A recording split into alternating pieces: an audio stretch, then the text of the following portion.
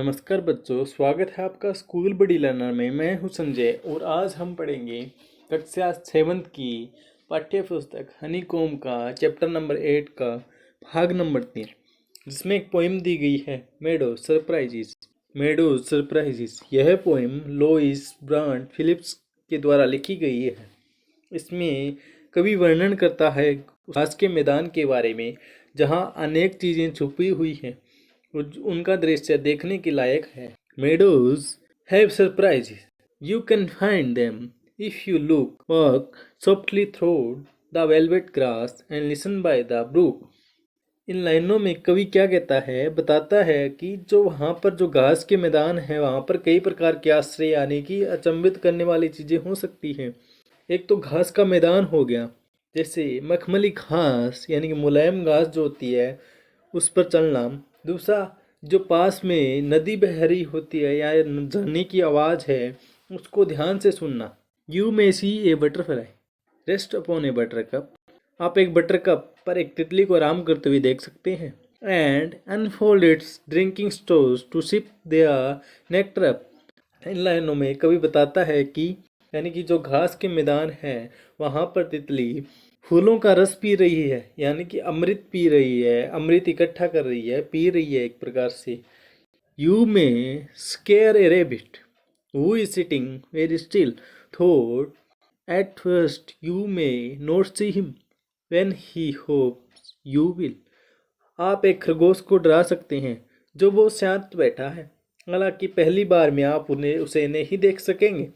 कवि इन लाइनों में बताता है कि नरम घास पर चलते हुए हो सकता है कि खरगोश वहाँ छिपे हुए हो, और वहाँ छुपे हुए खरगोश को तो आप तुरंत ना देख पाए। खरगोश हमारे कदमों से डर जाएगा और घास से कूदकर सामने आ जाएगा। वह वाकई देखने लायक नज़ारा होगा जब खरगोश डर कर कूद कर सामने आएगा।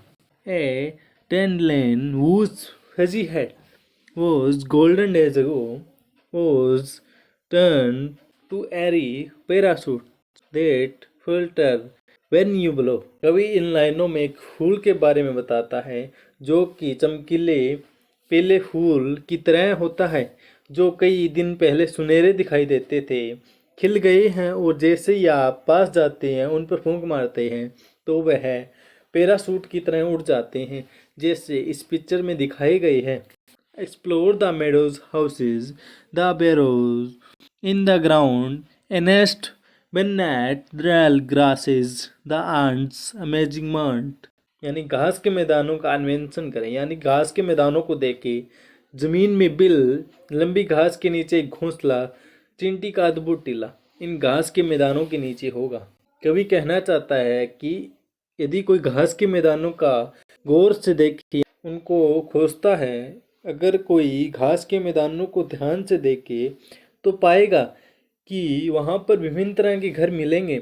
छोटे जानवरों के लिए बने हुए जमीन में बिल, कुछ घोंसले ऊंची घास के नीचे पाए जाते हैं, और चींटियों के टीले भी, यानी कि जो चींटियों के घर यानी कि मड जो चींटियों द्वारा बनाए गए हैं, वो इन घास के मैदानों में मिलेंगे।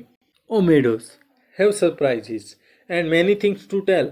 You may discover these yourself if you look and listen well. ओ चाहरेगा में आदर्श में आश्रय, और बताने के लिए बहुत सी बातें हैं। यदि आप अच्छी तरह से देखें और सुने तो आप इन्हें समय खो सकते हैं। कवि ने इन लाइनों में बताया गया कि यदि आप थोड़ा ध्यान दें, अच्छी तरह से देखेंगे और सुनने में सक्षम हैं, यानी कि अगर आपके कान तेज हैं, अगर आप ध्यान से सुन सकते हैं, तो उसे घास के मैदानों में कई सुंदर आश्रय मिल सकेंगे। कवि इस कविता के माध्यम से बताना चाहता है कि घास का मैदान उस व्यक्ति को कई आश्रय प्रदान करता है जो घास के मैदान को देखने के लिए उत्सुक है। नरम मखमली घास पर चलना, नाले का शोर, फूलों से अमृत चूसती तितली, ऐसे सभी दृश्य अपार आनंद देते हैं। ये नज़ारे कुदरत की सौगात से कम नहीं है। आगे चलने पर घास में छिपा हुआ एक खरगोश मिल सकता है। कोई उसे तुरंत नहीं देख पाएगा, लेकिन जल्द ही यह आपके सामने उछलेगा, क्योंकि यह डर जाएगा। 1-2 दिन पहले सुनहरा हुआ श्रयपर्णी भी खिल गया होगा, श्रयपर्णी फूल खिल गया होगा। घास के मैदान में कई घर मिल सकते हैं, जमीन में बिल होंगे, घास के नीचे घोंसले होंगे, चींटियों के लिए टीले वगैरह होंगे। हर शख्स के लिए कोई ना कोई सरप्राइज जरूर होगा। इस कविता में लुईस बर्नार्ड फिलिप्स के द्वारा बताया गया है कि जो घास के मैदान हैं वो किस प्रकार हास्य से भरे हुए हैं, किस प्रकार उन्होंने अपने आप में बहुत सारी चीज़ें समेटी हुई हैं।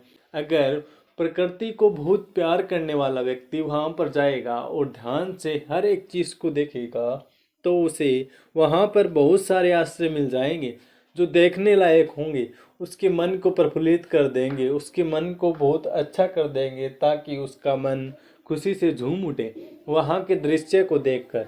जैसे खरगोश का एकदम डर के बाहर आना, तितली का रस चूसना, घास के नीचे बने हुए बिल, चींटियों के मर्द और घोंसले, नदी का यानी कि नदी का शोर या फिर झरने का शोर, साथ में मखमली घास पर चलना, ये चीज़ें सारी की सारी कुदरत की सौगात की तरह हैं।